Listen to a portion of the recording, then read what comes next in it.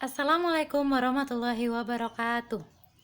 Yang terhormat Bapak Dr. Iwan Kuswidi, SPDI MSc, selaku dosen penguji. Yang saya hormati Bapak Dr. Ibrahim, SPD MPD, selaku dosen pembimbing. Perkenalkan, nama saya Rina Apriani, mahasiswa program studi pendidikan matematika angkatan 2016. Izinkan saya untuk mempresentasikan proposal skripsi saya yang berjudul Studi Literatur tentang proses metakognitif siswa dalam pemecahan masalah matematika berdasarkan gaya kognitif field independent dan field dependent. Selanjutnya yaitu latar belakang dalam penelitian saya. Kemampuan pemecahan masalah merupakan salah satu topik yang tercantum dalam kurikulum sekolah. Kemampuan ini dianggap penting karena dalam kesehariannya siswa tidak terlepas dari masalah-masalah nyata yang membutuhkan penyelesaian. Dalam penyelesaian masalah matematika membutuhkan aktivitas mental yang kompleks. Tidak hanya membutuhkan ingatan dari berbagai fakta atau pengalaman dan juga keterampilan dalam penyelesaiannya, namun juga membutuhkan kemampuan dalam mengevaluasi proses dan hasil berpikirnya sendiri. Menurut Polya, terdapat 4 tahap dalam pemecahan masalah matematika. Yang pertama yaitu memahami masalah, yang kedua merencanakan penyelesaian, yang ketiga melaksanakan rencana penyelesaian tersebut, dan yang terakhir melihat kembali. Saat ini, pengembangan dalam berbagai kompetensi pembelajaran sudah dilakukan untuk meningkatkan hasil dari belajar siswa. Namun, hasil belajar siswa yang diperoleh masih belum optimal. Hal tersebut salah satunya dikarenakan oleh kemampuan pemecahan masalah matematika siswa yang masih dalam kategori rendah. Menurut penelitian oleh Suraji Maimunah dan Saragih pada tahun 2018, Utami dan Wutska pada tahun 2017, serta Aisyah Hasanah Yulaini dan Rohaiti pada tahun 2018 yang mengemukakan bahwa kemampuan pemecahan masalah matematika siswa masih dalam kategori rendah.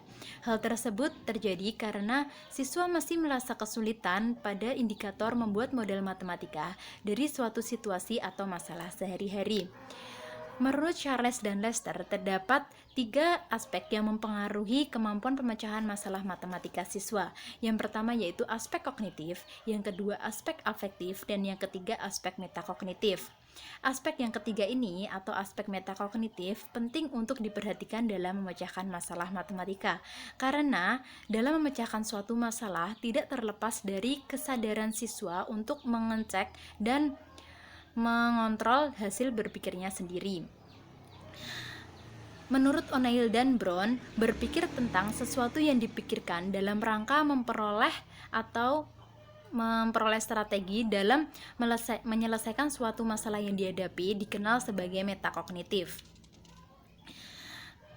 Pada proses pembelajaran, terkadang terdapat kesalahan konsep dalam menerima materi yang disampaikan oleh guru. Dalam hal ini, metakognitif dapat membantu memantau hal tersebut. Menurut Osdoy, metakognitif dapat membantu dalam proses pembelajaran dan juga memecahkan masalah matematika.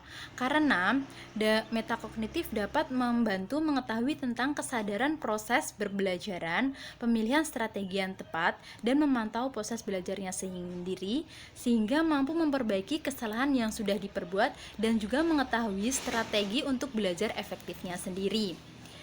Menurut penelitian Alfiah dan Siswono pada tahun 2014, serta Fitria Sujadi dan Subanti pada tahun 2016, mengemukakan bahwa masih terdapat kesulitan-kesulitan metakognitif siswa dalam pemecahan masalah matematika.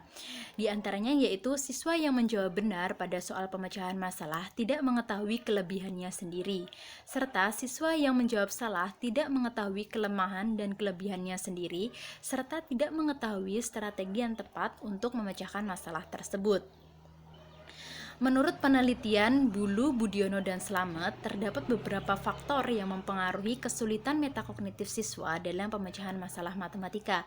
Di antaranya yaitu siswa kurang memahami konsep yang dipelajari, siswa masih menggunakan strategi atau terpaku dengan strategi yang sudah dipelajari sebelumnya, dan siswa kurang memiliki motivasi yang berasal dari dalam diri maupun dari lingkungannya. Berdasarkan dari beberapa penelitian tersebut, dapat diketahui bahwa kemampuan metakognitif siswa dalam pemecahan masalah matematika masih dalam kategori rendah.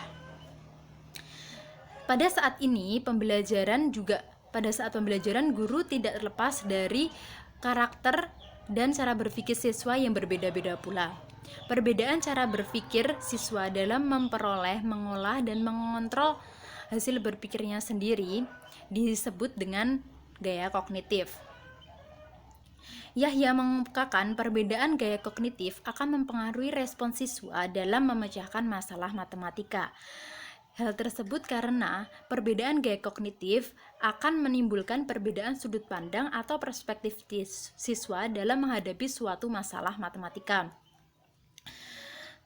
Dalam penelitian yang dilakukan oleh Haloho pada tahun 2016 dan Maula pada tahun 2019 menunjukkan adanya perbedaan kemampuan pemecahan masalah matematika antara siswa dengan gaya kognitif field independent dan field dependent, di mana siswa dengan gaya kognitif field independent memecahkan masalah lebih baik daripada siswa dengan gaya kognitif field dependent.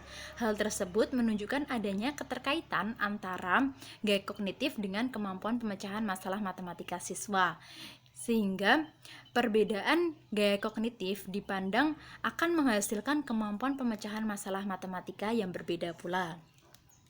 Menurut Darmono, pada saat ini yang tampak di lapangan guru kurang memperhatikan karakteristik siswa dan cenderung menyamaratakannya. Hal tersebut dapat dilihat dari strategi, model, dan metode pembelajaran yang digunakan masih terkesan atau tampak monoton. Kemampuan metakognitif siswa dalam pemecahan masalah matematika dan juga gaya kognitif yang telah disampaikan mempunyai keunikan tersendiri dalam proses pembelajaran.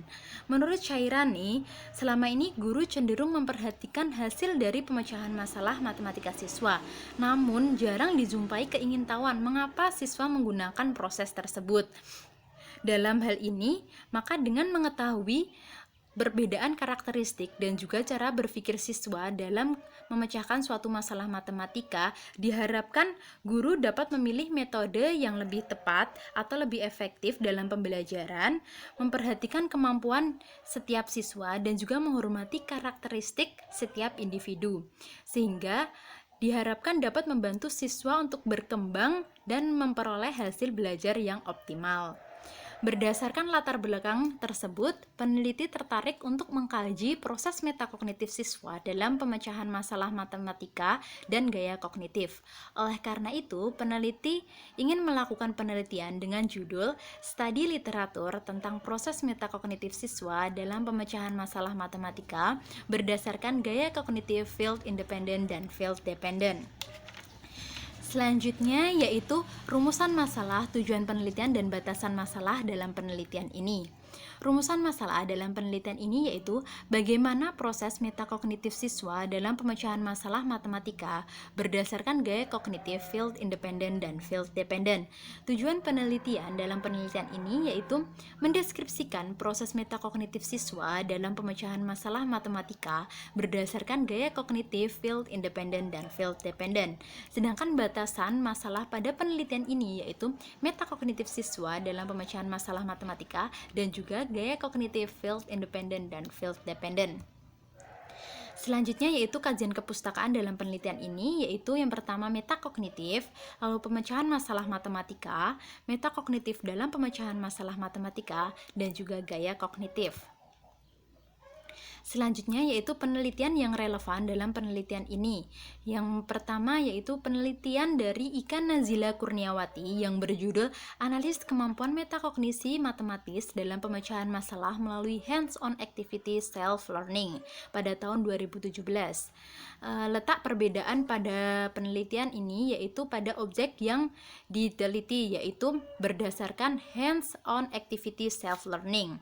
Yang kedua yaitu penelitian oleh Melia Savitri dengan judul penelitian analisis metakognitif siswa dalam pemecahan masalah keliling dan luas segitiga pada tahun 2017. Letak perbedaan pada penelitian ini yaitu pada objek yang diteliti, yakni profil metakognitif dideskripsikan berdasarkan kemampuan matematika.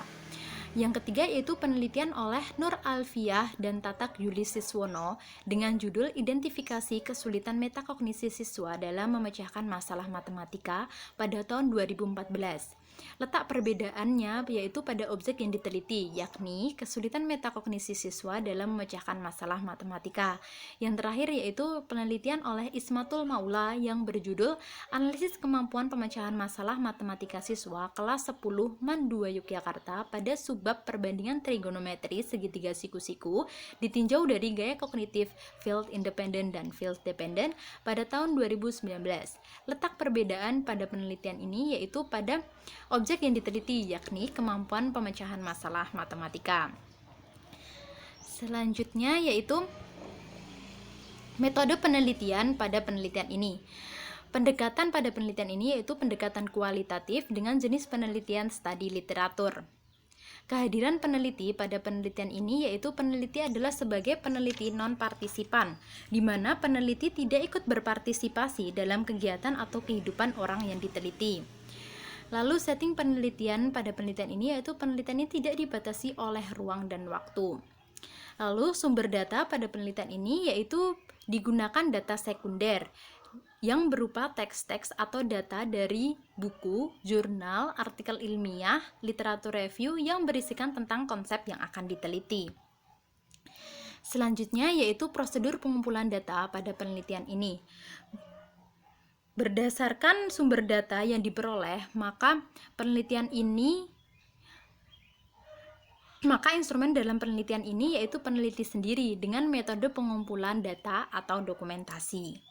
Teknik analisis data yang digunakan dalam penelitian ini menggunakan teknik analisis data menurut Miles dan Huberman, yakni reduksi data, penyajian data, lalu menarik kesimpulan dan verifikasi.